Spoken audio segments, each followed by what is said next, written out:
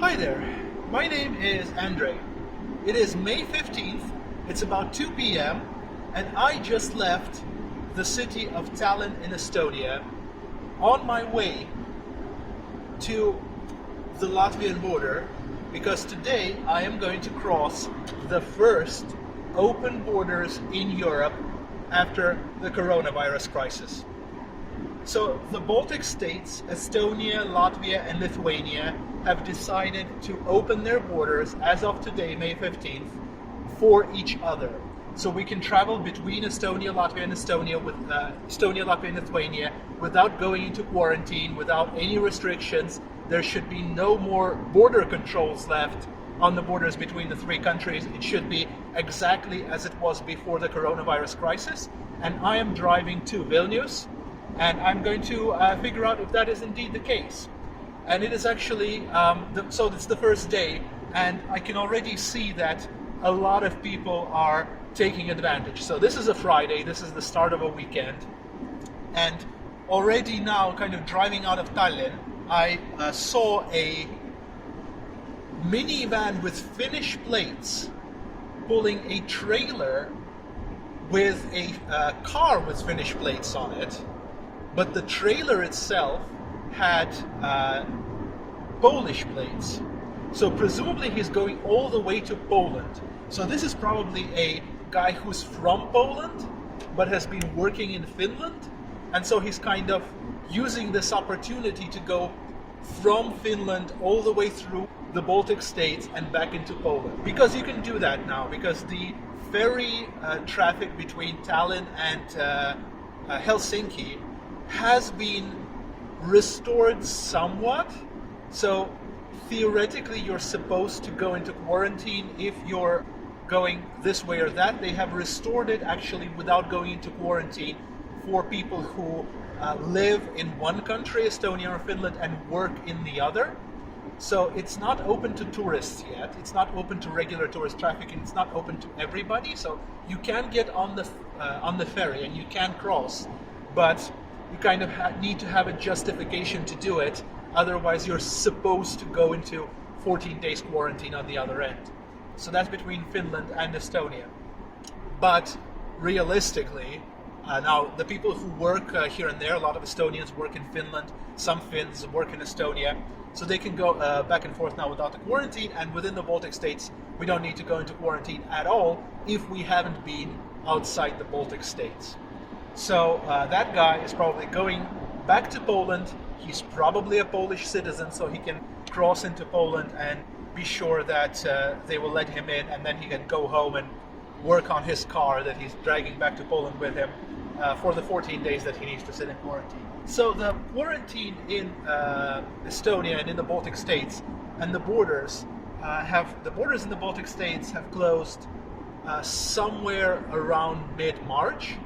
I don't remember exactly the date, but I think it would have been kind of mid-March, so it would have been about exactly 2 months. So we spent 2 months with the borders closed inside the Baltic States, and the border crossing was closed, and you kind of could cross it. You could cross it without going into quarantine if you were working across the border. So there is a town between Estonia and Latvia that's literally like half the town is on one side and the other is on the other. So a lot of Latvians work in Estonia, for example, in that town, and maybe some Estonians work in Latvia, and they could cross all the time as well. So they had kind of special permission. They could, show that they have a working contract in the other town, and then they could cross back and forth. And of course, trucks could cross, international transport, goods transport could cross all the time. If you were, let's say, going into Latvia just to stock up on alcohol, because the alcohol in Latvia is cheaper than it is in Estonia, then you would have had to go into quarantine, 14-day quarantine on your way back, but not as of today. So I originally wanted to take the bus, so, I would have preferred to fly. I would have preferred to do the quickest option, but flights are suspended. Actually, Air Baltic, the Latvian national airline, is starting flights from Tallinn as of Monday the 18th, so the Monday after this weekend, 3 days from now. But it's not flying to Vilnius yet. On May 25th, they're starting to fly from Tallinn to Vilnius. Interestingly enough, they're starting to fly from Tallinn before they start flying from Riga. So Riga airport is still closed. Air Baltic is not flying from Riga. It won't start flying from Riga for a while now, but they will start flying from Tallinn from next week. They will fly to Vilnius, but they're not flying to Vilnius yet. So I would have preferred to fly. If I couldn't fly, I would have preferred to take the bus, because between the Baltic States, between Tallinn, Riga, and Vilnius, there was a very good kind of luxury bus line. Even the regular seats, like every seat in the bus was nice, but most of the buses had the kind of business class seats in the back. It was a little bit more expensive than the normal seats, but it was kind of worth it, because it's about an 8-hour bus ride, 8-something-hour bus ride, well, 9-hour bus ride realistically, between Tallinn and Vilnius normally, and you have to change in Riga. There was one overnight bus that just went through all the way and you didn't have to change, but otherwise you would have had to change buses in Riga. And yeah, so for the 8 or 9-hour bus ride, paying extra for business class would have been, absolutely worth it. And the tickets with my loyal customer discount would have been about the same as flying, so it would have been around 100 euros, a little bit more than 100 euros there and back. But I bought those tickets and they sold me tickets. Lux Express, the bus line, did sell me tickets to those buses, and then they sent me an email saying the times that you have selected, the bus times that you have selected, those departures are not available, so we've changed our agenda and our schedule. Could you please contact customer support so we can change your tickets to another departure that's suitable for you? Well, a little bit disappointing, but yeah, okay, like everything's closed, that's reasonable. So I call them and I say, okay, I've looked on your website, I've looked what departures are now available. These are the ones that work best for me. They're not perfect, but close enough. And they did change it to those departures. They confirmed all my tickets, everything like that. And then yesterday, last night, they sent me an email saying, sorry, we're actually not going to start doing the bus travel internationally when the borders open. Like we couldn't get clarity on how international bus travel or passenger travel is supposed to work, so we're just canceling everything. Well, that is disappointing. Again, I don't like that. I would have preferred to take the bus, but who knows? It's kind of a weird time. Oh, and by the way, just overtaking a van with Norwegian plates. So this is actually probably another person from the Baltic States, if not Poland, who is driving from Norway. So he would have driven from Arctic Norway, I suspect, from all the way up northern Norway, through Sweden and Finland. Sweden never closed its borders. Through Sweden and through Finland, or from the border between the very top of Norway and Finland, driven all the way through Finland to the Helsinki ferry terminal, taken the ferry down to Tallinn, and is now driving all the way back through the Baltic States. So yeah, a lot of people are returning actually today on May 15th to the Baltic States. So the bus ticket got cancelled, and I would have thought that, okay, you canceled my tickets, you can refund me the money, because these were not campaign tickets, these were not like special discount tickets, they were regular full price tickets. I got a normal kind of loyal customer discount on them, but that's fine. And normally you can just return those tickets with Lux Express at any point. If they're full price tickets, you can return them at any point before departure. I think you pay like €1 to return them for any reason for the refund. A refund charge is €1. That's fine.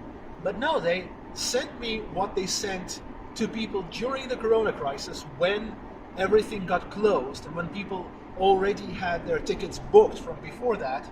Lux Express basically canceled all those departures, and they sent out to people these kind of discount vouchers or special kind of voucher codes that you could use to book another trip on their departures, and any of their departures, until like, I think the end of the year, or until the end of May 2021, which again is nice of them. But I bought business class tickets. I paid €100 instead of like 60 something euros for the business class tickets, and the vouchers that they sent me are not valid to buy a business class ticket or to get a business class seat. on a Lux Express departure. So actually, they took my 100-something euros. They couldn't deliver even after rescheduling. So they sold me that the departures were available on their website. They already kind of assumed that everything was opening up.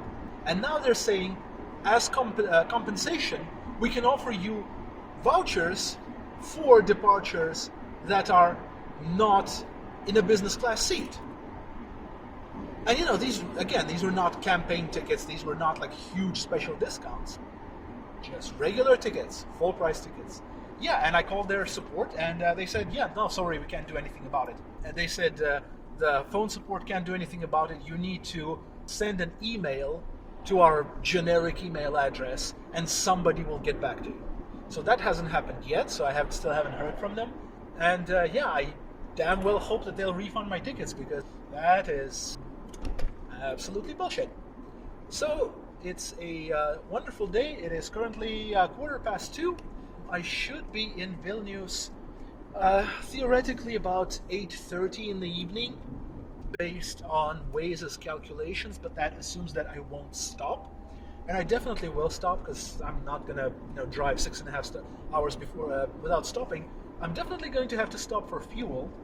I have about a third of a tank left, and I want to make it to Latvia on that tank without having to fill up in Estonia, because in Estonia fuel is more expensive than it is in Latvia and Lithuania.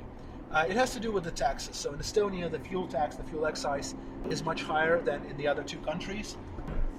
My friends in Latvia say that they actually kind of don't think that their system with their kind of lower fuel taxes is that. Talking to you right now, the base price of E95 is 115 euros, €1.15 per liter. In Latvia, it's below €1. And that's a significant price difference. I think in Lithuania it might be 90 cents or something like that. I've got about a 60-liter tank. So to fill up my entire tank, that's a difference of, let's say, if I save 20 cents per liter, or even if I save let's say 10 cents per liter, that's going to be 6 euros from a tank. If I save 20 cents. So I've got a third of a tank. Now my car is not particularly efficient. My car is a Lexus IS200 Sport Cross, Lexus station wagon. It's going to take about 9 liters per 100 kilometers on the highway. It's one of this car's kind of very few downsides. I've had this car since 2011. I've not driven much. I haven't put many miles on this car. I've had it since 2011. It's 2020 now. I've had it for pretty much 9 years, almost 9 years. And I've not changed my car. I've not switched my car. I've not sold my car or gotten anything else, because even though I can afford a better car, but there's just nothing that I want to change this car for. Anything meaningfully better than this car for me is going to be significantly more expensive. And so the only downside of this car is that it is bad on gas. For a 2-liter engine, certainly it's bad on gas, and it's even bad on gas on the highway. My other option was to ride my motorcycle. In better weather, I would have done that, but it's May 15th in the Baltic States. It's still quite cold. It's not going to be warm enough to ride my motorcycle long distance. I've been riding, for over a month now, I think. Done some trips of like couple hundred kilometers. I'm not going to do a weekend trip of like 600 kilometers there, 600 kilometers back to Vilnius and back on my motorcycle, because there's too much probability of the weather turning bad, of there being rain and snow and sleet. And actually this morning, before I got out on the road, we did have a brief hailstorm. So actual hail fell down this morning. So I would not take my motorcycle, and this is less efficient, but I know the road from different bits of travel. So it's not the most exciting drive. If I was going to Tartu, or if I was starting from Tartu, I could go on the kind of Latvian B roads, some Estonian B roads, but mostly Latvian B roads, because I'm following the Baltic coast down as far as Riga. So I'm going from Tallinn to Pärnu. I'm going to kind of pick up the Baltic coast from Pärnu, and I'm going to follow the coast from Pärnu to Riga, and that's kind of on the western end of the Baltic States, and Vilnius is on the eastern end of Lithuania. So I'm going to have to basically from Riga go diagonally down to Vilnius. And if I was on a motorcycle, or if I was starting from Tartu, and if I kind of was willing to put more time and more interesting roads into this trip, then I would have gone diagonally across Lithuania on Lithuanian V roads. But today I'm just trying to get there as fast as I can and with the least effort that I can, especially on the way back. So I'm just going to kind of take the highways. It's going to be a long, kind of boring drive, but at least the weather is really nice, and I've got my kind of comfy car. I'm going to be listening to my podcast all the way there. Then I'm going to stop for fuel. I'm going to stop probably for coffee at some point, maybe a snack. I'm hoping to get to Vilnius around 9 p.m. And we will see if I can in fact get there without ever encountering any kind of border control or having to stop and show my documents at the border. That's right. So we will see if that happens.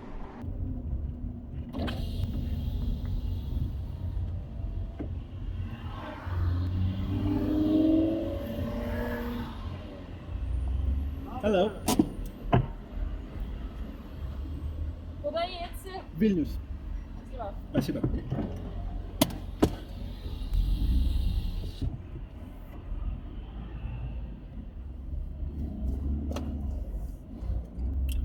Okay, so on the Lithuanian end, they stopped me, asked me where I was going, and they looked at my temperature using this little remote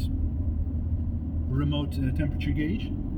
So they checked that I didn't have a fever, and that's it. They didn't check my ID or anything else. So yeah, I mean that's all like within Schengen rules. So yeah, I would say that that's an open border.